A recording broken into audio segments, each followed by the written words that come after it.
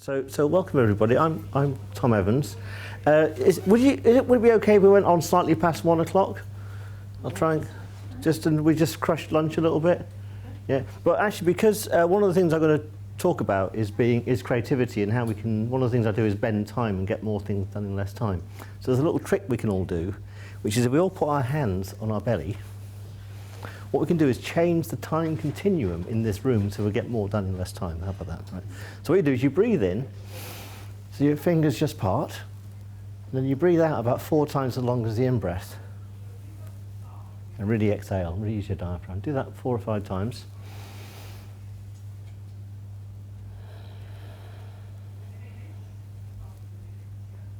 It's nothing to do with Nifty shades of play, by the way. This is just a very useful trick we can do. Just to change time. So a couple more. So Nifty shades of play. What enticed you to come here? Was it the title, or was it you didn't know what it was about, or because you didn't want to go to the other workshops? What was it? All about blogging. Okay. So I must say something about it, is that I actually came up with this title about a year ago when 50 Shades of Play was written, and then Nikki delayed the workshop, so it's still here. So it's not quite topical, but it's topical enough. Just want to talk a little bit about me first, so you know why I'm standing here. So I'm an ex-BBC engineer. So I spent 20 years or so at the high-tech end of the television industry, then I switched over to the internet. And I used to be fascinated by the magic of television. So I'm an expert in how TV cameras image, how our brain reacts with images, and how our brain reacts with sound, and how it encodes this. I know a lot about how the eye works and how the ear works. And the BBC training is some of the best in the whole world in this regard. You don't just learn about the technology; you learn about how we as humans interact with the media. You learn a hell of a lot. And in my mid-40s, I got bored, and I wrote a book by accident, a book of poetry, funnily enough, and only did it as I guess a bit of fun, really. But I ended up getting Walk the Walk interested in it because it mentioned breast cancer, and I ended up walking around London in a bra for 26 miles, and these are things that you don't expect to do when you write a book.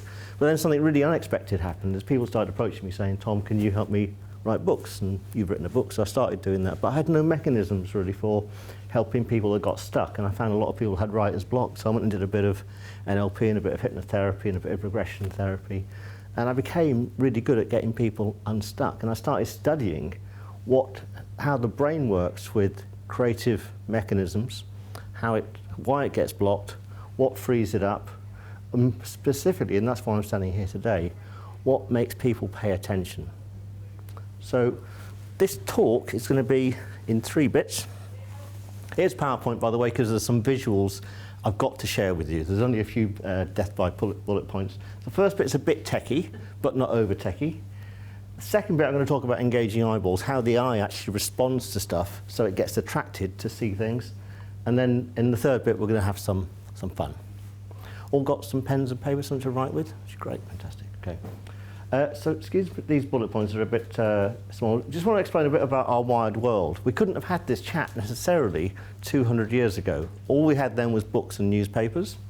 At the end of the 19th century, we had telephony and films coming about. Then we got radio in the 1920s, TV in the 1930s, satellites in the 1960s, so we can get TV from one side of the world to the other, computers in the 70s, the internet in the 90s, social media, the thing we've been talking about today, in the 2000s, and now e-publishing. Anyone that wants to write a book nowadays, it's very, very easy to get it published. Still haven't learned how to sell 18,000 copies, but that's going to come soon. But the main thing that's happened is at the same time we can communicate better, there's more and more of us doing it.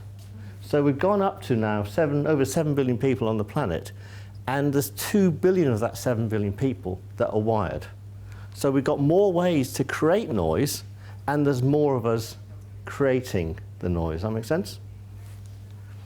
And a CD-ROM stores about 650 megabytes of information. And in 1986, it was reckoned that per capita, humans generated about 1 CD-ROM per person on the planet.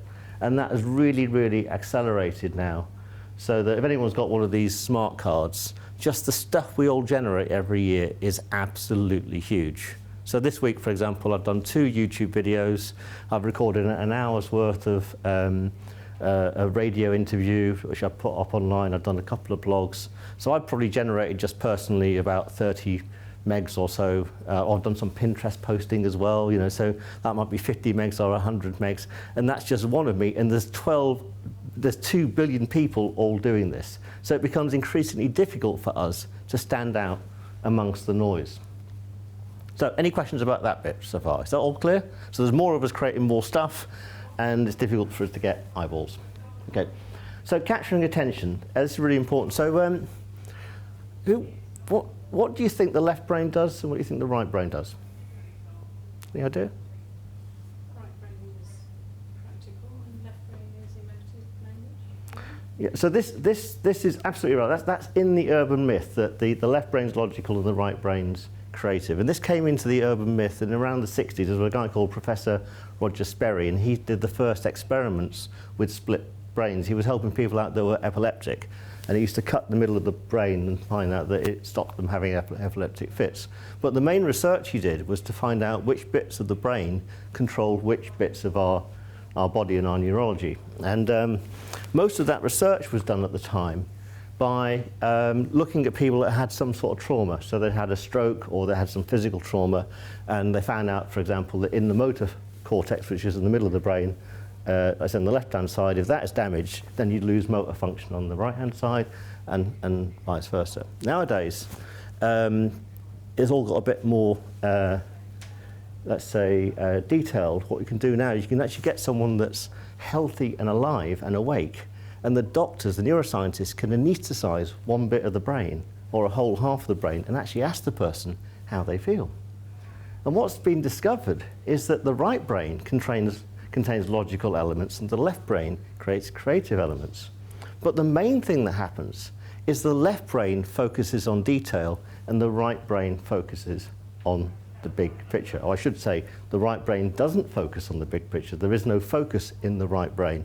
So the left brain holds detail and it holds stored patterns, and the right brain looks at the whole picture.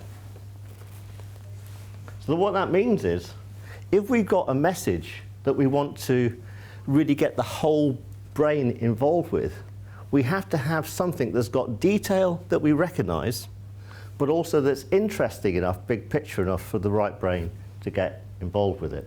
And this is called a whole brain event. And if you were to put someone's head in an MRI scanner when they're introduced to the idea that they want to come to a workshop on Nifty shades of play, if they're interested, you'd see both sides of the brain lighting up.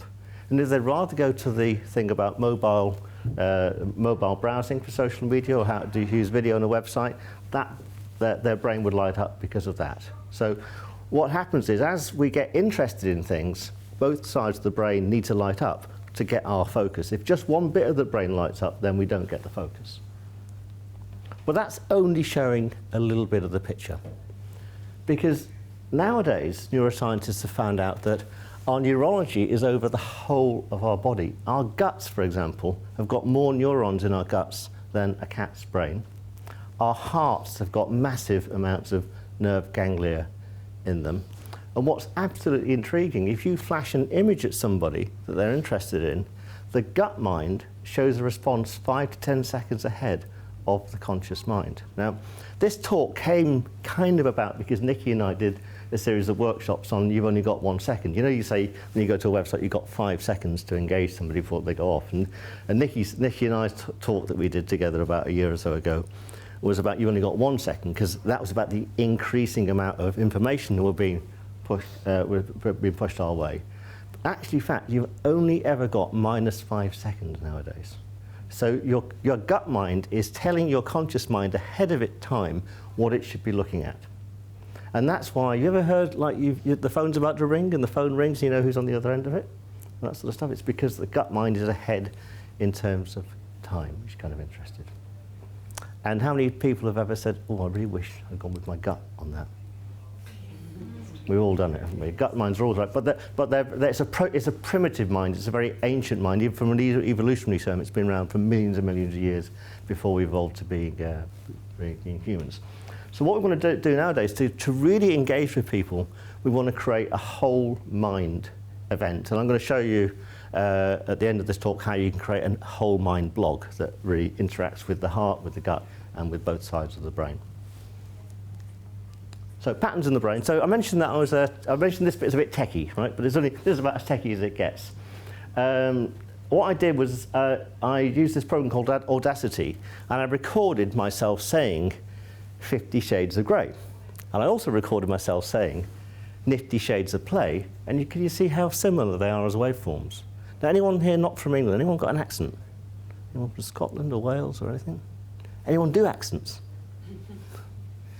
Well, I can't do them, but imagine if someone said in French, I'll try and do a French accent, 50 Shades of Play, or something like that, right? The waveform would look the same. Your brain doesn't store the words 50 Shades of Play. It stores what's called the phonemes. It stores the pattern of that noise. Because a baby, let's say, that hasn't learned to speak, will still hear that sound but won't be able to interpret it. Right, so the sounds that our neurons don't store whole rafts of words. They store patterns. So any of these people that do they're like massive memory challenges, like they can remember the sequence of a set of shuffle cards and things like that. They memorize like a pictorial pattern. They don't remember the cards themselves. And if you hear someone like me doing a really bad French accent, what you do is you recognize it as 50 Shades of Play, and then another bit of your brain says this person is from France. And then if you were French, you'd know this person is either from Brittany or from Nice or from Paris or whatever. In the same way that a French person might come here, but they might not know the difference between Welsh or Scottish or English. So that's the way that we store patterns. So when we get something that sounds like something else, it fires off the same neurons. And every time we hear something, it actually makes neurons wire together. Now, bear in mind, we've got 100 billion neurons in our brain. There's loads of neurons to store stuff, so not many people are anywhere near the storage limit of a human brain. And if you do a frequency analysis, this is as techie as this talk gets, you'll find the pattern for the two are absolutely identical. And when in my days as a BBC engineer, I learned a lot about how you digitize sound and how you digitize video. And it's really, really weird is when I started looking to the human mind, when I started to my latter career as an author's mentor, an author's helper, and a writer's unblocker, I found out that the brain actually encodes things in this way. So it uses the same way in the same way we digitize images for TV, the brain does exactly the same thing. It uses the same mathematics virtually, so they're virtually identical.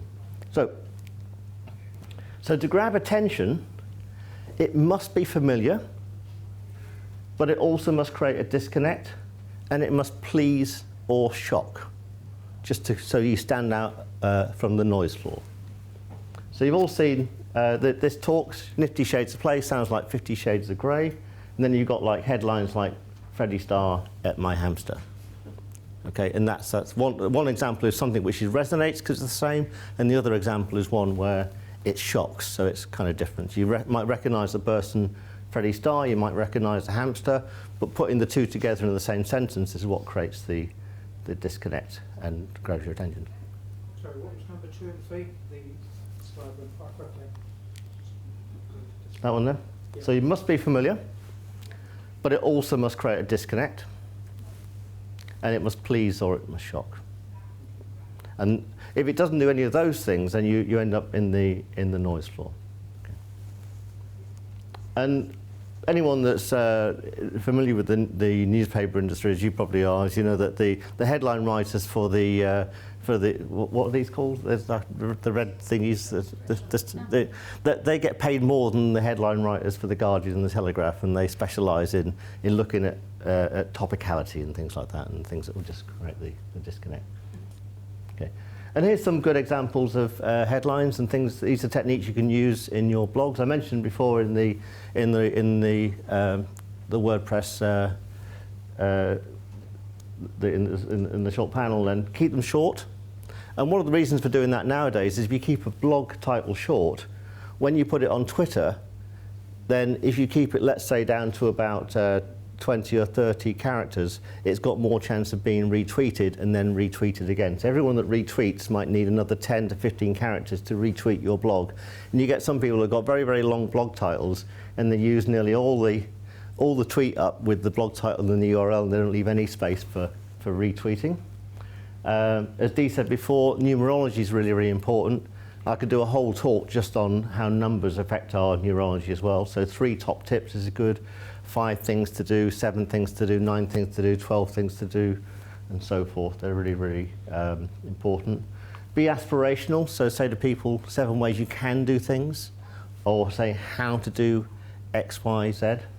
These are really good. Aligning with what's topical is important. I'm going to give you an exercise at the end where you align with something topical, so you'll get a chance to write a topical blog using these principles. So these are really good ways of actually attracting attention. And there's fun in a pun. We all like a bit of a joke, don't we? We all like a bit of humour, especially when we've got all this fear and negativity in the world. So our brains love being tricked. They love patterns and they love rhymes. And I don't know about you, but we all want some delightful moments in our days, don't we? Cheer us up. And if you get something funny, you tend to pass it on, don't you? Yeah. But also don't be too corny. So I thought what we'd do. You need a pen and paper for this. So you've all got a name, haven't you? Some of you got a business name. Some of you got a Twitter handle. I thought I'd get you all to just do some rhyming with your name. Okay. So you can either do this A to Z, or you can just do think of about 5 to 10 things that sound like either your business name or your Twitter handle or something. So I thought of one this morning, if you don't mind me using D. So I think D Blick is pretty slick. D Blick's what? It's pretty slick. Slick Blick. There you go, right? So think, just have a bit of fun. 5 or 10 things that rhyme with either your business name or your handle, your Twitter handle, or the thing you do. So if you're a coach, for example, you might be a, I don't know, brooch coach. Okay. So this is how you generate puns very rapidly. You think of a theme and just go through the alphabet, and then you think of loads of things that rhyme with it. Then you can create a fantastic headline really, really quickly. And I mean, obviously, these people if you think like this, what happens? They just come off the top of your head, don't they? So the more, because what you're doing is you're exercising the bits of the brain that generate puns and generate rhymes and that kind of thing. Oh, that was your turn. Any questions? So the next thing is, so we've got people to click on our headline, and they come to our blog. So what's happened is the gut mind does actually see. It actually interacts with the visual cortex in a very primitive way. So when someone clicks on your tweet or clicks on a link in a email newsletter or something like that, they're then taken to your web page. And then what happens is the cognitive centers get involved, deciding do they want to read down the web page. Now, this is called the golden ratio, and it's everywhere in nature. You see it in Vitruvius Man, which is something that Da Vinci did. It's in all our bodies, it's in our faces, in our bone structure. It's in spiral shells, it's on leaves, it's in trees, it's in root systems and what have you. What's it called? It's called the golden ratio. And for sites that are pleasing to the eye, now a lot of designers will use this automatically without even thinking about it, but now we're all doing our own content. The onus is on us to create pleasing designs. And so if you take a design like Twitter, this is actually the old layout of Twitter. They changed this recently, and I think they changed it for the worse. The old pattern fitted in exactly with the golden ratio. The new one doesn't quite do it the same. But what it means is all elements on your web page. If you've got a blog, for example, then the sidebar to body content area and the top of the blog, the banner to the menu and all this should follow the golden ratio. Then what happens is, unconsciously, the person then looking at the web page goes, "Oh, I like the look of this," before they've started to read the content. Okay? And we see it in faces as well. So this is why. You see why I had to use PowerPoint slides for this presentation, because it's quite kind of visual. So when we see a well-proportioned face, and funnily enough, this is actually flattened a little bit by the projector and by the screen, so it looks a bit squat, doesn't it? Whereas the original image was slightly taller than this. So you might say, well, that lady there just got a bit of a squat face, when actually, in fact, the original image is slightly bigger. And what we can do, though, is when we've gotten into the body of our blog, we can blog in harmony. So when we have an image to the right or left-hand side of our first paragraph, the general rule of thumb, that the ratio is 1.6218, but don't worry about that. The general rule of thumb is 1/3 to 2/3. If you get it close to that, you'll be fine. So if your image was to be right across the whole page, so let's say it went to here, and you just had a bit of text running down there, it looked pretty horrible, wouldn't it? But if you keep the ratio of 1/3 and 2/3, you'll always find that you create a pleasing blog. And the same would be true of your first starting paragraph to the subsequent paragraphs as well. And what you'll see after, if you now go out and look at things that look nice, you'll see they follow the golden ratio. You'll find that they follow that whole ratio. And then there's a whole sort of real detailed science to this. So when you get into the actual text itself, the actual font size you use, the amount of space you use between the lines has to follow the ratio as well. But just in general, if you keep your paragraphs kind of consistent, but using this ratio, it works consistently. So let's say you had another paragraph below this one, you wouldn't have to go down by another third, and you could just repeat that pattern all the way down. But then if you had a big paragraph like that halfway down the body text, it would just look a bit odd, if you know what I mean. So just bear this in mind when you put things together like this. And so what we do by engaging all the minds when we get to the body is that we have the detail there. So the left brain says, oh, I like this detail, it's something I want to know about. The right brain says, I like the big picture, I like the fact you've given me 5 facts. I was just thinking about one of these things. Now you're saying there's 5 things I must bear in mind when I'm blogging, or 7 things, or 3 things. Okay? The heart mind must fall in love with it and say, I really love this stuff, this is great. And then the gut mind acts as a gatekeeper. It acts as our yes and no. Do we go or no go? Do we keep reading this thing, or do we stop because we got enough information? So when we want to write a blog that's mindful, so it engages all the minds, what we do is the headline must engage the head, the heart, and the gut at the same time. Let's create that disconnect. The first paragraph or section should engage the right brain. So it says, this thing is about this. So the right brain sees the whole picture. Then the main body starts to feed the left brain the detail it wants to know. The call to action speaks to the heart. So someone must love this thing. And then the whole blog works with the gatekeeper and the gut. Let's say your blog is selling something, at the end of it, we all want to sell something. Even if it's to click this link to then go and find it, you must feel happy that you're okay by clicking that link. It's not going to be a spam link, or it's not going to create a virus or something like that. And you can have on a call to action something like a 30-day guarantee or something like that, which is kind of useful at the end of if you are selling something in your blog. So this is the kind of general things you should bear in mind when you're writing a whole blog. Make sense? So any questions? Can we get back one, please? Yeah, of course you can. Thank Yeah. you.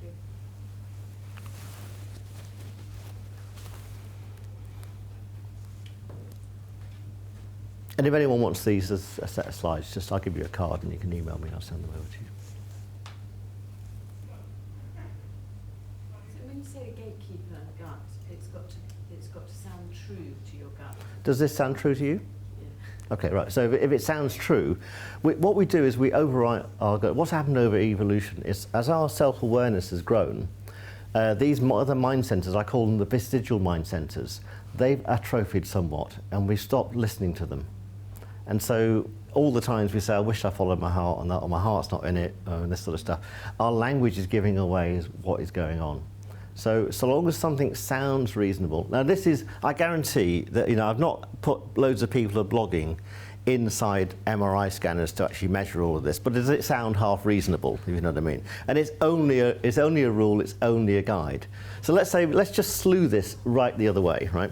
So if I just have a blog which is 12 things about blogging, and it just goes in, here are the 12 things, great, but what's the big picture? Why? You know what I mean? We need something which gives us that overall sense of this blog. These 12 things are good about blogging because with them you can end up at this other place.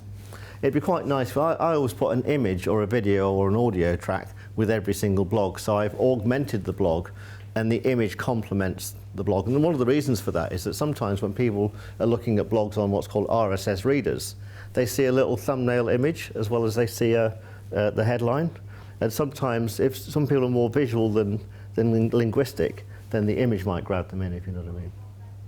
And in general, I mean, a lot of the stuff I do, for a book, for example, I'll have a video version, an audio version, and a text version. So depending on who is wanting to engage with it, they might have different ways of engaging with it. So long as that sounds good, and it's a good methodology, then you should go with it. If you think it's rubbish, don't go with it.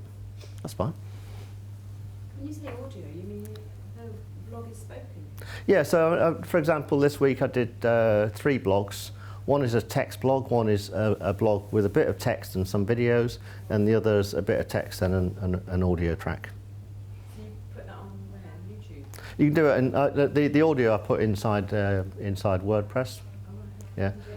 Yeah, there's a couple of sites. One is called soundcloud.com, which is generally free, and Audioboo is also free up to 3-minute segments.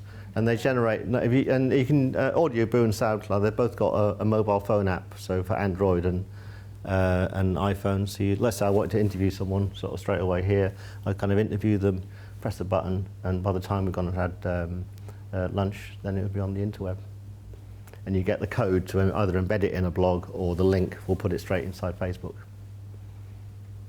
with a little player. Yes? So is the 3, 5, 7 and 10, is that playing to one side of the brain then? It was mentioned earlier. It's more subtle than that. The 7 goes to, we've got 7 main consciousness points in the bodies. They're referred to as chakras in kind of spiritual circles. So 7 relates to the 7 chakras. The 3 relates to our 3 layers of consciousness. We've got a deep consciousness, a collective consciousness, an unconscious and conscious brain. The 2 relates to our feminine side and our male side. And next year maybe I'll do a whole thing on blogging with numbers. That'd be a great title, wouldn't it? It might be a good book as well.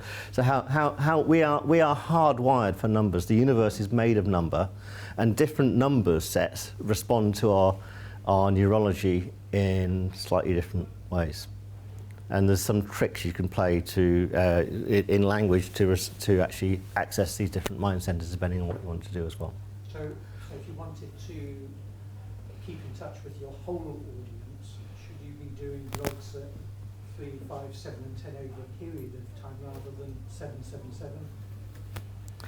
7? Yeah, I would mix the numbers up. Yeah. But there's another level to the numerology about why the numbers resonate with different parts of our mind, and the language you use for each of the 5. So I'm doing a blog with 7 in. I'll use different language through the 7 points to the end, starting at the root, engaging with the roots of the blog, and ended up with the enlightenment at the end of the blog. So I'll always, for example, I'd to start with the why you got to do this. You need to do this because you've got to be grounded, and I'd end up number 7 would be the point of enlightenment. And I might do things like relate to the 5th, I might relate to the heart, and I might do something about you must speak your truth on the 6th, and this is where you know things on this. Speaking your truth with the 5th, and the knowing might be on the. I must admit, I don't get that anal when doing these things, but if you want to get really into it, you find that we've got 7 mind centers, and you can engage with all of them by using different language and that sort of stuff. Okay. Any other questions on numbers? Okay, so ideas generation. We've got 10 minutes to do this, so we'll do this really, really quickly. First is, if you want to get your left and right brains going together, a really good way to do it is just the nostril breathe. So get your right index finger, put it on your right nostril, and breathe in and out 3 times very rapidly through the left nostril. And then when you're done, you flip over, you breathe in and out through the right nostril. And what happens is when our neurons don't store any oxygen, so when you breathe through your right nostril, it energizes the left brain, and when you go through your left nostril, it energizes the right brain. So you ever get tired and you want a quick zap, that's a really good way of doing it. Yeah? Don't do both. And the other thing you can do an eye pattern, so you can go up, get your eyes up and to the right, and then down to the right, across the bridge of your nose, up to the left and down to the left, and just get your eyes going on this sort of circular pattern, and then you reverse it. And what it does is kind of scramble your brain in a nice squidgy way, and it just gets your left and right brain kind of working together. So, and I will make sure, I've got a visualization that does it. I've got one of my audio tracks I did on Audioboo that takes you through that thing. I'll make sure Nikki gets a copy of it. You can listen to it. We've only got about 10 minutes. So whole brain warm-ups. Another thing you can do is mind mapping. Anyone mind map here? Mind mapping is great for getting the left and right brain going. Before I write any chapter of a book or before I write a book, I mind map the whole thing. And the reason is the left brain keeps the detail. And you can imagine it saying to the right brain, leave the detail to me. And while the left brain is busy, the right brain sneaks under the left brain's radar and looks at the whole vision. So mind mapping is brilliant for getting the left and right brain going. That's a mind map of one of my books. But another way of doing it is just to doodle it. So just to doodle whatever it is you're going to write about before you write about it. That's a really good way of getting the left and right brain working. And one of the best ways is to walk. So when you walk, and have you ever come across cross-crawling? So you cross-crawling. You take your hands across from one side to the other. It takes the fluid from one side of the brain to the other. And that's why I've got 2 dogs, and I take them out walking when I get writer's block. Treat. Right, so these are great whole brain warm-ups. But I thought what we'd do is I want to throw a little challenge down to you all. I like a bit of a contest, right? So we're going to start with a spark. And I mentioned about being topical, didn't I? So what's coming up on the 5th of November? Bonfire nights, right? So I'm going to throw a little challenge down to you all to write a blog and post it on the 5th of November. And I'll show you the hashtags to use, so we'll pick it up. Nikki's going to be the judge of it, and she's going to judge the best blog that engages with head, heart, and gut, and uses all these principles and looks pleasing and all the stuff with the funniest headline or the most appropriate headline, and whoever comes up with that is going to win something. And what we're going to do is we're going to do a bit of mind mapping. Mind mapping, what you do is you draw a little central image on a bit of paper. If your paper's sort of landscape, it helps. Draw a central image of what you're going to blog about on that on a blank sheet of paper. So that might be about your business, it might be about a new product or a new service or a new book you've got coming out, that sort of thing. And then what we do is we use seeds for the mind map. Do you know what word association is? So I say dog, what do you say? And I'll say caterpillar, what do you say? Right, so we go from dog to butterfly in 3, and we could have gone loads of different ways, couldn't we? And when I've got a bigger audience, what I do is I go to every table and I start with the same seed word, and they go around each individual table, and people will always come up with different words as a result of it. And no computer can do this, but our human brain can. So if you get stuck and you want to take your brain off in a different direction, this exercise is a great way of taking you in a different direction. So I'd like the first 4 words that come to your mind when you think of fireworks night. And what you do, the first word we'll put up here. So who wants to volunteer the first word? Sparkle. Sparkle, love it. Second word? Someone different? Bang, love it. Traitor. Sorry? Traitor. Traitor, like traitor. See, that's great. And bonfire. So we've got, what was this? We said sparkle, bang, traitor, which is brilliant, by the way. And what's the 4th one? Bonfire, right. And then what you do is you just freely associate off those words. So when you got sparkle, what does sparkle make you think of? Yeah, exactly. Just freely associate off them, and you can keep going. Oh, hang on, you can keep going. So just freely associate off of them, and this will give you loads of different ideas of ways you can go with seed words from Bonfire Night. That makes sense. Just one more over here.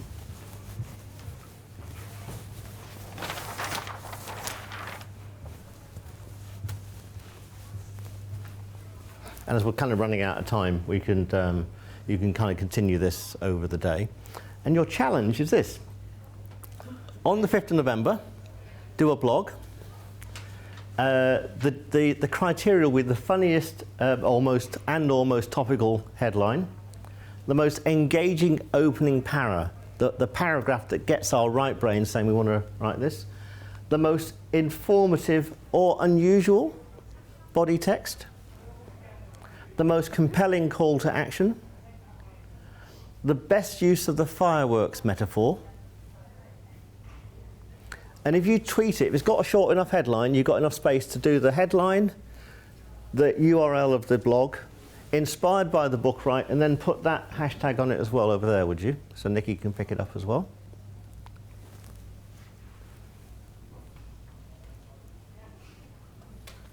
And, everyone got that down?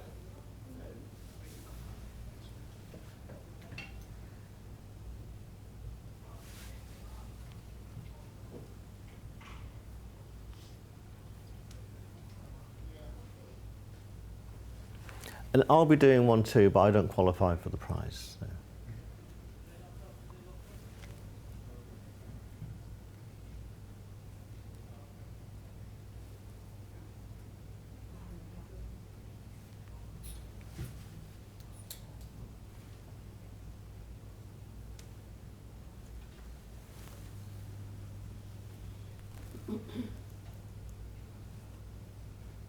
Let me know when you're there.